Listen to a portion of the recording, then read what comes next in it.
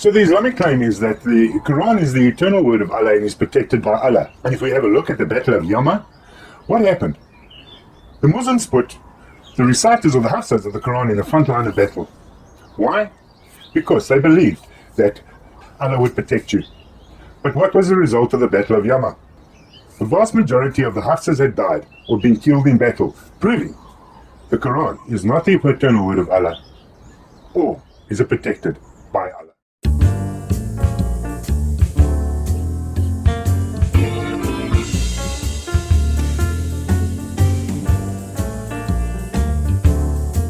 Hi, I'm Raymond Douglas and welcome to my man cave. Well, rather tool shed, or my special place of reflection. The Inside Out Perspective takes a look at life's challenges and its effects and asks one simple question: what race are you running?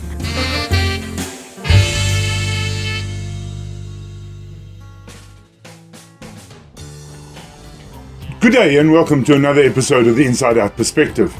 First of all, a big shout out to my latest subscribers. I want to thank you for subscribing. Please like, share, and I look forward to your comments. But also, I need to do a little bit of housekeeping with regard to a Pakistani Muslim friend of mine. We've had a number of discussions and he is a little bit upset with my slip of tongue in my last episode. This is what I had to say. Give the credit to Islam that there was perfect transmission from the Quran before these guys actually wrote it down like the Hafs Quran. But my first dilemma with the Hafs Quran is that Hafs comes from Iraq. And the Quran is very, very clear that it must be relayed in the dialect of the Qurayshi tribe. That's Muhammad's own tribe. Now, Hafs in Iraq is not writing or speaking in the Qurayshi dialect. So that's the first problem I have. So from a housekeeping point of view, and just to set the record straight, I do apologize for my slip of tongue, quoting Quran instead of Hadith, but it is very clear in the description. I quoted the Hadith and also in the video text. But this does highlight the dilemma which is faced by Muslims around the world with regard to this new evidence coming out by scholars. Now remember, I'm not a scholar, I'm just reporting on what the scholars are coming up with. So yes, I don't understand Arabic, I don't speak Arabic, but does that mean I don't have opinion? Now remember, Yasir Qadhri even said that when it comes to the Aruf and the Quadrat, not even a deep dive into the topic by scholars gives the answer. And this has been a problem since the beginning of time. This issue of Ahruf and Qira'at has troubled the Ummah from the very beginning of time. It's nothing new.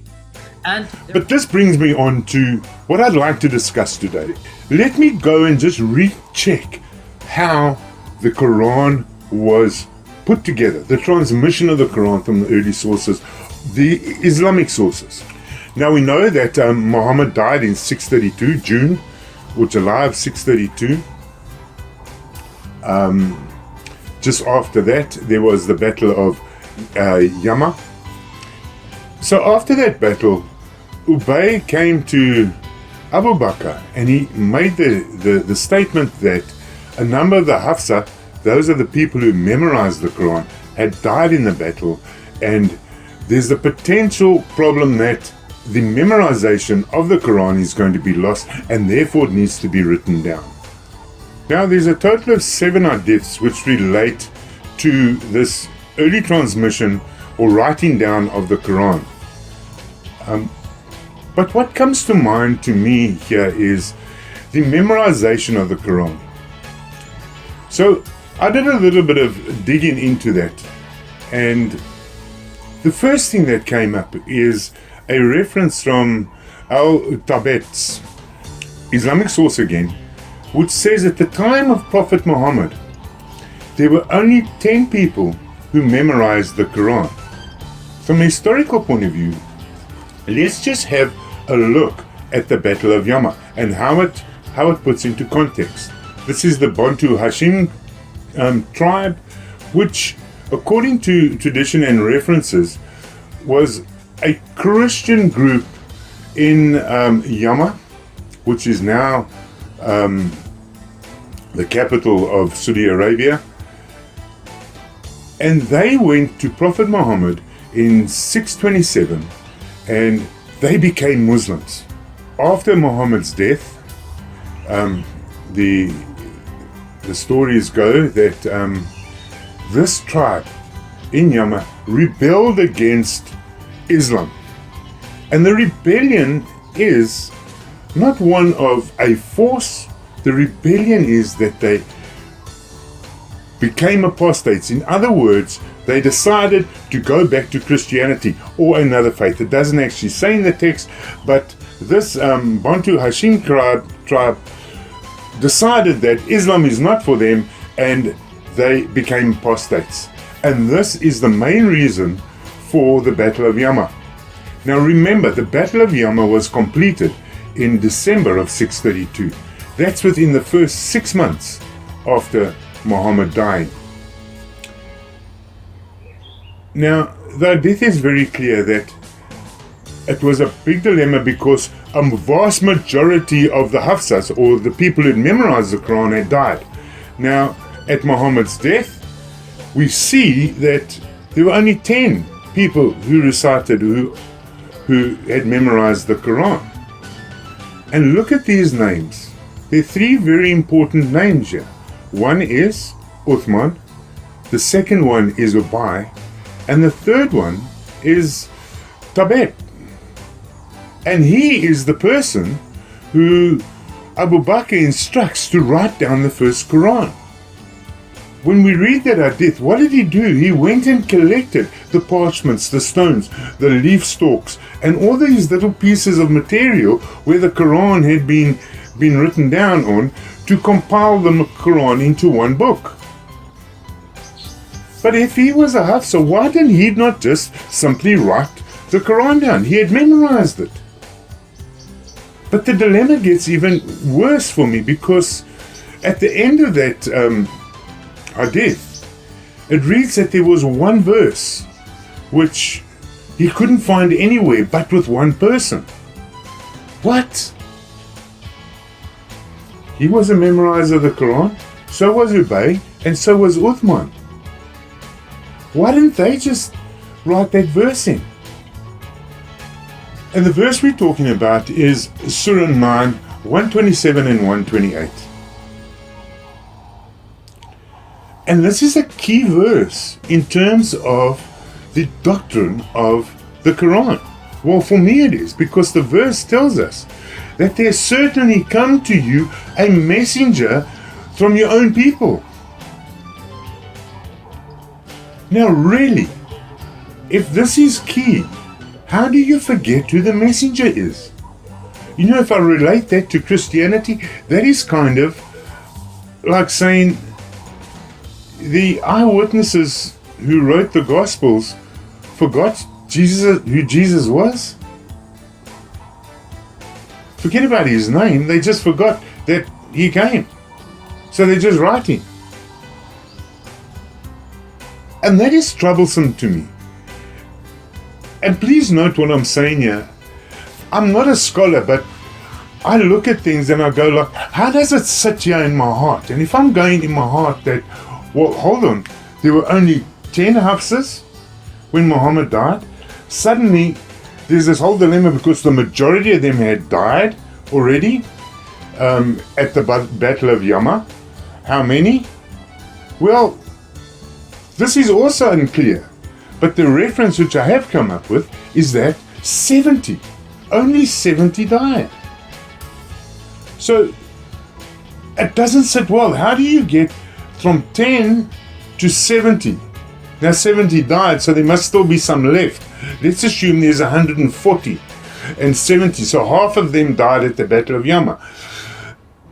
It doesn't make sense to me, because when you go and ask the question, how long does it take to learn or to memorize the Quran?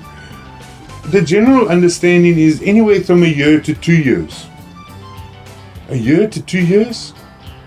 So we went from 10 in July to 140 memorizers of the Quran in 6 months.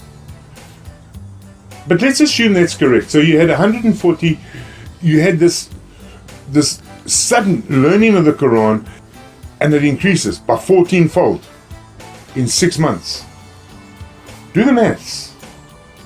It will take only 3 years at that rate of learning to have 1.9 billion Muslims knowing the Quran. That is by 636. But that's more Muslims than there are in the world today. So it doesn't sit well that you had this great memorization. But let's just give it to Islam and say that is correct. That there were 140 memorizers of the Quran and half of them died at the Battle of Yama and you're left with 70.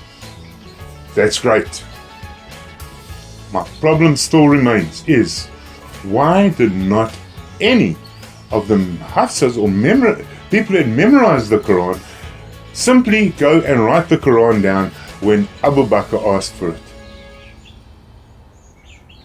And if the written version of the Quran is more important than the memorization of the Quran, why was this first Quran simply put under a bed for safekeeping?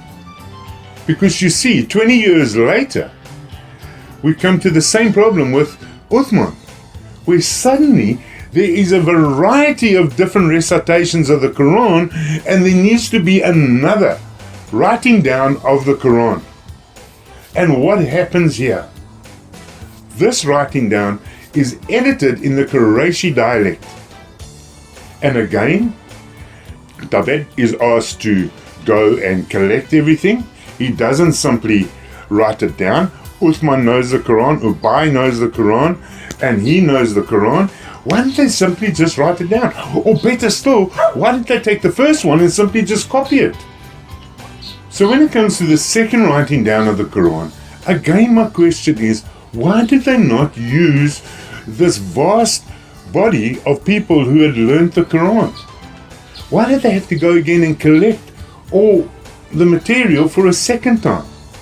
This is a bit confusing because the evidence today shows that there are 39 different versions in the Arabic tongue of the Quran. So the new dilemma is, which was brought up by Hatun Tash, that Islam is now saying, no, it's only the Hafs Quran which is perfect. But look what Hatun Tash came up with. 22 different variants in 7 verses of the Hafs Quran, and there's 7 different versions of the Hafs Quran on the market today. But it even gets worse for Islam, because when you have a look at that transmission, you're having a look at missing verses. And I'm not going to go into them in all detail, but in the description box is a reference to some of them, like a goat ate a verse. Aisha confirmed in a hadith that there are missing verses in the Quran. So the question still remains and is unanswered by Muslims around the world. Where is this perfect Quran? We clearly can see that it is not from memory, because you can't prove that it was from the original from memory. That is just hearsay.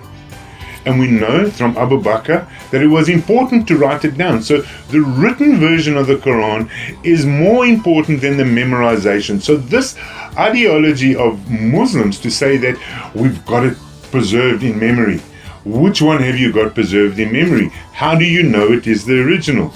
They can't answer that. So I did a little bit more research, and I went and I thought, well, okay, if this perfect memory of the Quran has done with Muslims around the world, how many Hafizs are there in the world today? So here we have a guy who's asked the question in a Islamic forum, and his response is there's about 120,000 Muslims who know the Quran. 120,000 out of 1.8 billion? Man, that's not lots. So I did a little bit of deeper research, and what I came up with was a reference that there's about 15 to 20 million Muslims in the world today which know the Quran by heart. And that's great. Let's assume that number is correct. So there are millions and millions of Muslims who know the Quran. But what is that in terms of 1.8 billion? That is just over 1%. 1%. In other words, 1 in 90 Muslims only know the Quran. And remember, this is the Quran in the original classical Arabic Qurayshi dialect, not modern Arabic as we have it today.